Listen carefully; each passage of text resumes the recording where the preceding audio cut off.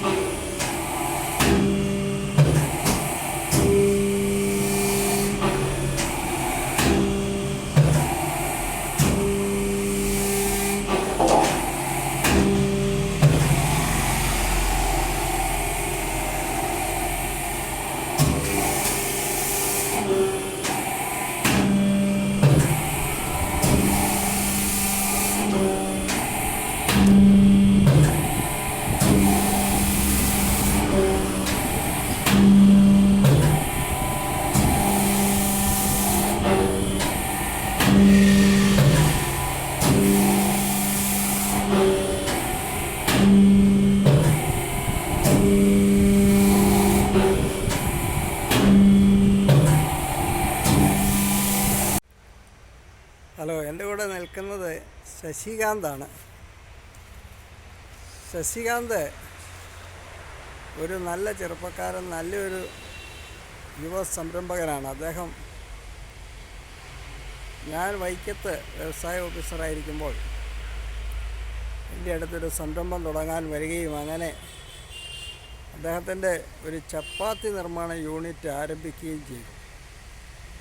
അതിന് project report വരെയും ഞാനാണ് ഉണ്ടാക്കി കൊടുത്തത്.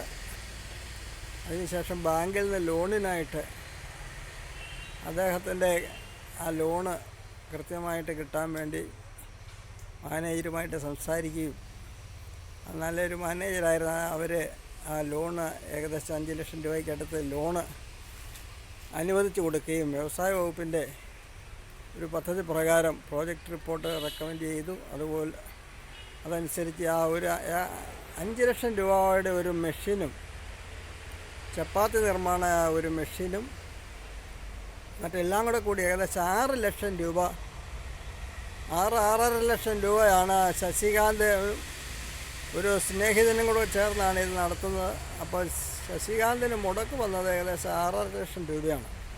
അതിൽ 5 ലക്ഷം അത്ര ലോൺ കിട്ടിയത് 4.25 ലക്ഷം രൂപയും ലോണായിട്ട് കിട്ടി.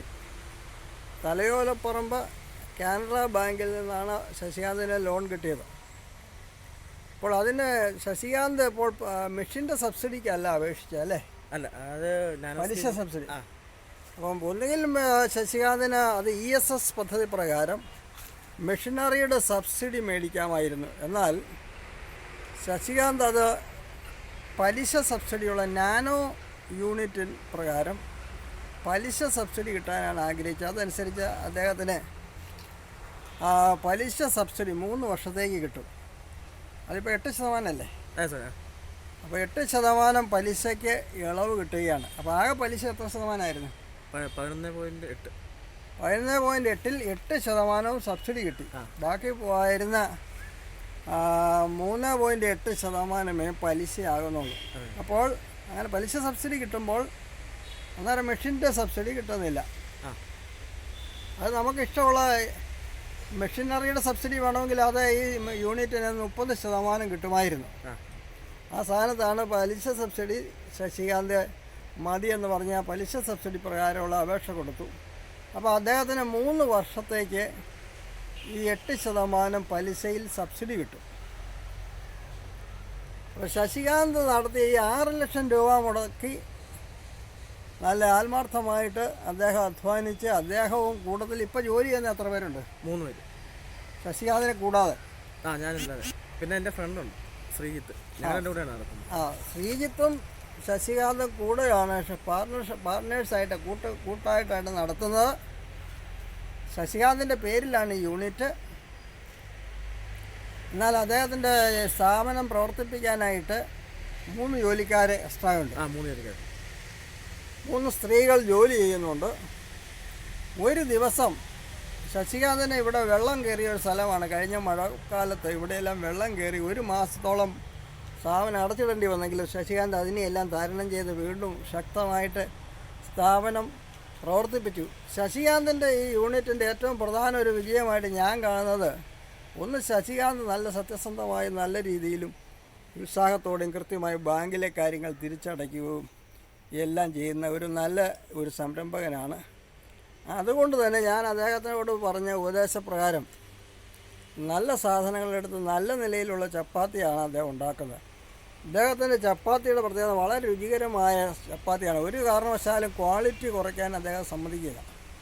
അതുകൊണ്ട് ഞാൻ തന്നെ പല പ്രാവശ്യം ഇവിടെ ചപ്പാത്തി മേടിച്ച്, ഞാൻ സാധാരണ ഇങ്ങനെ പാക്കറ്റ് ചപ്പാത്തി മേടിക്കാറില്ലെങ്കിലും ശശികാന്തിൻ്റെ ചപ്പാത്തി പല പ്രാവശ്യം ഞാൻ തന്നെ മേടിച്ച് വളരെ രുചിയായിട്ട് എനിക്ക് തന്നെ അനുഭവപ്പെട്ടിട്ടുണ്ട്. ശശികാന്തിൻ്റെ ബ്രാൻഡിൻ്റെ പേരെന്താ? ബ്രാൻഡ് അല്ല, ചപ്പാത്തിയുടെ എസ് ചപ്പാത്തി അതാണ്. ഇദ്ദേഹം കോട്ടയം ജില്ലയിൽ തലയോലപ്പറമ്പിനടുത്താണ്, വടയാർ എന്ന് പറഞ്ഞ സ്ഥലത്താണ് അദ്ദേഹത്തിൻ്റെ യൂണിറ്റ് സ്ഥിതി ചെയ്യുന്നത്. ശശികാന്തിൻ്റെ യൂണിറ്റിൽ ശരാശരി 2.5-3 ലക്ഷം രൂപയുടെ വിൽപ്പന ഇപ്പോഴുണ്ട്. അദ്ദേഹത്തിന് എല്ലാ ചെലവുകളും കഴിഞ്ഞാലും അദ്ദേഹവും കൂട്ടുകാരനോട് നടത്തുന്ന ഈ സ്ഥാപനത്തിൽ 1 ലക്ഷം രൂപയോളം ലാഭമുണ്ട്. മാസം 1 ലക്ഷം രൂപ ലാഭം. അത് 6 ലക്ഷം രൂപ മുടക്കി ഒരു സ്ഥാപനം കഷ്ടപ്പെട്ട് പിടിപ്പിച്ചെടുത്തപ്പോൾ ചെലവ് കഴിഞ്ഞ് അദ്ദേഹത്തിൻ്റെ ഉൾപ്പെടെ ശമ്പളം എടുത്താലും 2 പേർക്കൂടെ ഏകദേശം 1 ലക്ഷം രൂപ ഒരു മാസം ലാഭം കിട്ടും. അത് പ്രൊഡക്ഷൻ ഇനിയിപ്പോൾ അദ്ദേഹത്തിന് ഒരു 200 പാക്കറ്റ് ചപ്പാത്തി അധികമായ ഓർഡർ വന്നിരിക്കുകയാണ്. അപ്പോൾ അതിനുവേണ്ടി രാത്രിയിലൂടെ പ്രൊഡക്ഷൻ നടത്താനാണ് ഉദ്ദേശിക്കുന്നത്. അപ്പോൾ പ്രൊഡക്ഷൻ 2 ഷിഫ്റ്റോ 3 ഷിഫ്റ്റോ ആക്കാൻ പറ്റും. അപ്പോൾ അദ്ദേഹത്തിന് ഈ പറഞ്ഞ പോലെ ഇപ്പോഴുള്ള സെയിൽസ് 3 ഇരട്ടിയാക്കാം. അതുപോലെ ലാഭവും അതനുസരിച്ച് വർദ്ധിക്കും. അതിൻ്റെ പ്രത്യേകത എന്താണെന്ന് വെച്ചാൽ, ഈ നാട്ടിൽ തന്നെ സ്വന്തം വീടിനടുത്തൊരു സ്ഥാപനം നടത്തിയിട്ട് അദ്ദേഹത്തിന് രാവിലെ പോയി 9 മണിയാകുമ്പോൾ ഇവിടെ ഒരുങ്ങി വന്നാൽ മതി, വൈകുന്നേരം ഇത് അടച്ച് പോവുകയും ചെയ്യും. ദിവസേനയുള്ള ഉൽപ്പാദനമാണ്, ദിവസേനയുള്ള വിൽപ്പനയാണ്. മാസം 2 പേർക്കൂടെ 1 ലക്ഷം രൂപ ഏറ്റവും ചുരുങ്ങിയത് ലഭിക്കാനിടയാവും അവരുടെ ശമ്പളം കഴിഞ്ഞിട്ട്. ഇത് ഉൽപ്പാദനം വർദ്ധിപ്പിച്ച് കഴിയുമ്പോൾ ഇവർക്ക് അത് ഇരട്ടിയോ 3 ഇരട്ടിയോ ഒക്കെ ആയിട്ട് വർദ്ധിപ്പിച്ചെടുക്കാനായിട്ടുള്ള സാധ്യതയുണ്ട്. അപ്പോൾ അദ്ദേഹത്തിന് 200 പാക്കറ്റ് അധികമായിട്ട് ദിവസേന 200 പാക്കറ്റ് ചപ്പാത്തിയുടെ ഓർഡർ വന്നിരിക്കുകയാണ് അധികം. അപ്പോൾ അതനുസരിച്ച് ഇനി രാത്രി പ്രൊഡക്ഷൻ, വീണ്ടും രാത്രിയിലേക്കൂടെ പ്രൊഡക്ഷൻ നടത്താൻ ഉദ്ദേശിക്കുകയാണ്. അപ്പോൾ ഈ ചപ്പാത്തിയുടെ വിൽക്കാനായിട്ട് ശശികാന്തിന് എന്തെങ്കിലും ബുദ്ധിമുട്ട് നേരിടുന്നതാണ്? ഇല്ല, ഇതുവരെ ഇല്ല സാർ. ഇതുവരെ അങ്ങനെ ബുദ്ധിമുട്ട് ചില ദിവസങ്ങളിൽ നമുക്ക് കുറച്ച് കുറവുണ്ടെന്നുള്ളതല്ലാതെ വേറെ ബുദ്ധിമുട്ടുകളൊന്നുമില്ല. ഇല്ല, ഇവിടെ തന്നെയാണ് നമുക്ക് സെയിൽ കൂടുതലും നടക്കുന്നത്. അപ്പോൾ ഈ ശശികാന്ത് തന്നെ, ഞാനവിടെ വൈക്കത്ത് താലൂക്ക് വ്യവസായ ഓഫീസറായിരിക്കുമ്പോഴാണ് ശശികാന്ത് എൻ്റെ അടുത്ത് വരുന്നത്. ശശികാന്തിന് ഈ ലോൺ ഇതിൻ്റെ അപേക്ഷയായിട്ട് ബന്ധപ്പെട്ടിട്ട് എന്തെങ്കിലും ബുദ്ധിമുട്ട് നേരിട്ടുണ്ടോ? ഒരു ബുദ്ധിമുട്ടുണ്ടായിരുന്നു. എന്തായിരുന്നു അത്? ബാങ്ക് ഈട് വേണമെന്ന് പറഞ്ഞിട്ടുള്ളൊരു.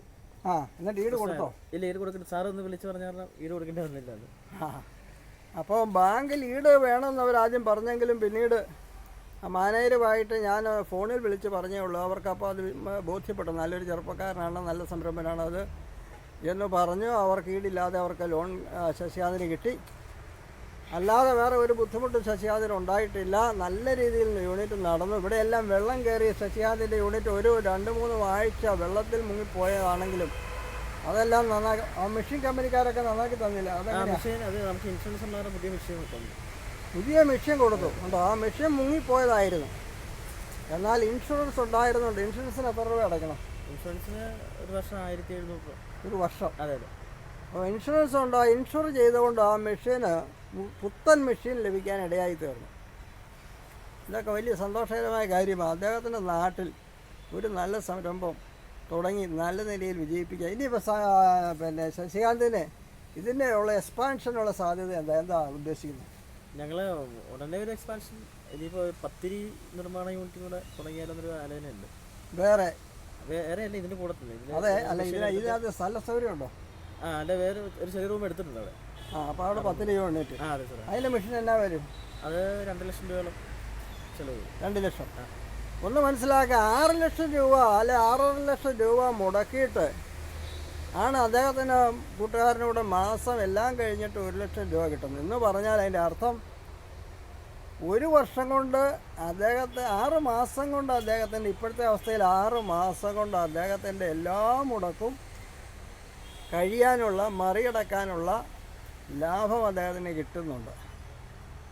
അതാണ് ഈ നാട്ടിലൊരു നല്ല സംരംഭം. ഇനി എന്തുകൊണ്ട് എന്താണ് ഇപ്പോൾ എനിക്ക് ചില ചപ്പാത്തികളൊന്നും അത്ര രുചികരോ നല്ലതോ ആയിട്ട് തോന്നിയിട്ടില്ല. എന്താണ് ഇത് വിജയത്തിൻ്റെ രഹസ്യം എന്താണ് ശശികാന്ത്? സാർ, നമ്മളത് ഇപ്പോൾ കിട്ടുന്നതിന് നല്ല ആട്ടയാണ് നമ്മൾ ഉപയോഗിക്കുന്നത്. പിന്നെ മൈദ നമ്മൾ മിക്സ് ചെയ്യുന്നില്ല. മൈദ മിക്സ് ചെയ്യുന്നില്ല. മൈദ മിക്സ് ചെയ്താൽ കുഴപ്പമില്ല. മൈദ മിക്സ് ചെയ്താൽ അതിന് കളർ ചേഞ്ച് ഉണ്ടാവും. പിന്നെ ഈ ചപ്പാത്തിയാണെന്നുള്ള ധാരണയിൽ വാങ്ങിച്ചു കഴിഞ്ഞാൽ വയറിന് പ്രശ്നം ഉണ്ടാകുന്ന ആൾക്കാർ മൈദ കഴിച്ചാൽ. പിന്നെ ഷുഗർ പേഷ്യൻസിന് മൈദ ഒട്ടും പാടില്ല. കൂടുതൽ ഷുഗർ പേഷ്യൻസ് ആണല്ലോ ചപ്പാത്തി കഴിക്കുന്നത്. അപ്പോൾ നമ്മൾ 100% ഒരു സത്യസന്ധമായിട്ട് ചെയ്യാനാണ് ശ്രമിക്കുന്നത്. കൊള്ളാം. അപ്പോൾ അങ്ങനെയാണ് പിന്നെ ശശികാന്ത് ഏറ്റവും നല്ലത്.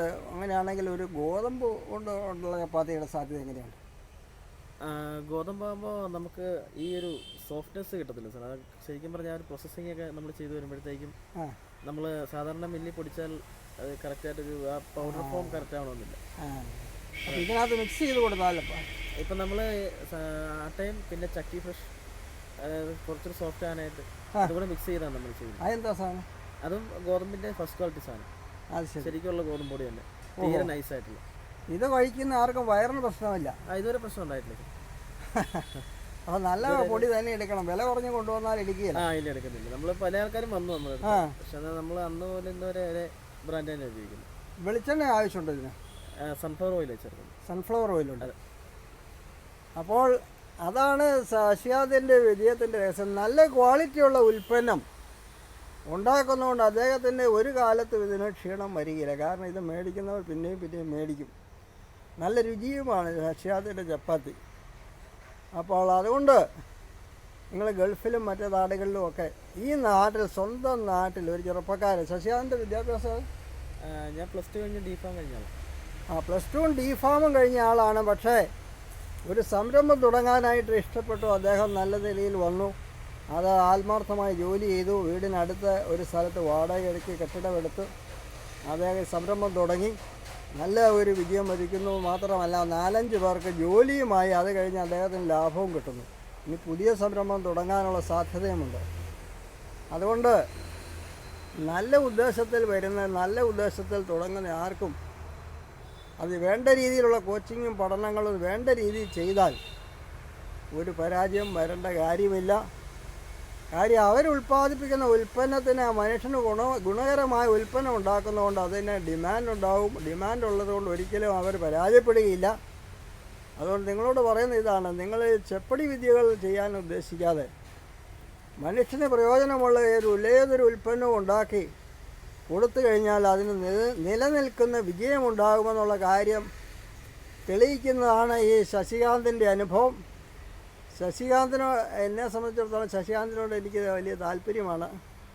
നല്ലൊരു ചെറുപ്പക്കാരനാണ്. അപ്പോൾ അതുപോലെയുള്ള ആളുകൾക്ക് ഇതേ സമയത്ത് ശശികാന്ത് ഇവിടെ ഒരു സ്വകാര്യ സ്ഥാപനത്തിൽ ഒരു ജോലിക്ക് കയറുകയാണെങ്കിൽ 10,000-10,000 രൂപ 12,000 രൂപയ്ക്ക് വേണ്ടി കഷ്ടപ്പെട്ട് എവിടെയെങ്കിലും യാത്ര ചെയ്ത് പോയി ജോലി ചെയ്യേണ്ട സ്ഥാനത്താണ് ശശികാന്തിന് ന്യായമായൊരു ശമ്പളവും എടുത്ത് കഴിഞ്ഞിട്ട് ഒരു 50,000 രൂപയെങ്കിലും സ്വന്തമായിട്ട് ലാഭം, 2 പേർക്കൂടെ 1 ലക്ഷം രൂപയെങ്കിലും ലാഭം കിട്ടുന്നുണ്ട്. അപ്പോൾ ശശികാന്തിന് തന്നെ ശമ്പളം കഴിഞ്ഞിട്ട് 50,000 രൂപ ലാഭം കിട്ടുന്ന ഒരു പ്രസ്ഥാനം നടത്തുവാൻ കഴിഞ്ഞു. അതിൻ്റെ ആത്മസംതൃപ്തി, അതിൻ്റെ വലിയൊരു സ്വന്തമായൊരു സ്ഥാനം നടത്തുന്നതിൻ്റെ സ്വാതന്ത്ര്യവും ആത്മസംതൃപ്തിയും അദ്ദേഹത്തിന് അനുഭവിക്കാൻ കഴിയുന്നു. അതുകൊണ്ട് ശശികാന്തിന് എല്ലാവിധ ആശംസകളും വിജയവും ഞാൻ ആശംസിച്ചുകൊള്ളുകയാണ്.